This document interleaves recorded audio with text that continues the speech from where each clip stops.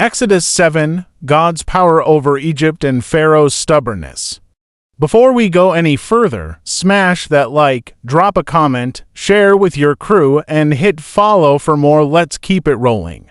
God told Moses that he would make him like a god to Pharaoh, with Aaron as his prophet. Moses was to speak God's commands, and Aaron would deliver them to Pharaoh. God warned that Pharaoh wouldn't listen, but he would show his power through signs and judgments, leading to the Israelites' deliverance. Through these events, Egypt would come to know that he is God.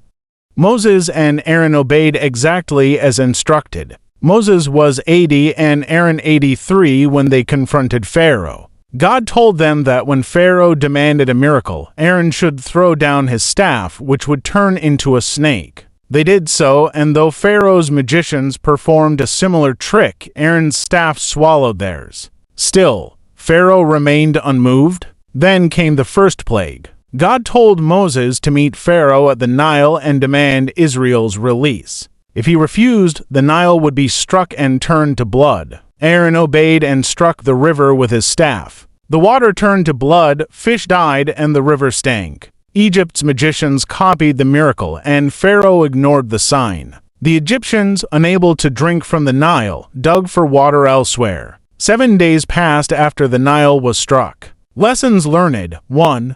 Obedience matters. Moses and Aaron did exactly as God commanded, showing that faithful obedience plays a key role in God's plan. 2.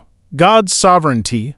God's power far surpassed that of Egypt's magicians. Even when they mimicked the miracles, his authority remained clear. 3. Stubbornness leads to hardship. Pharaoh's pride and refusal to listen brought suffering to his people and himself. 4. God keeps his word. Every action unfolded exactly as God had foretold, affirming his faithfulness and control over events. 5. Signs have purpose. The miracles weren't for spectacle but were divine acts meant to reveal God's identity and will. This passage emphasizes that resisting God brings consequences, but obedience and trust in him bring purpose and deliverance.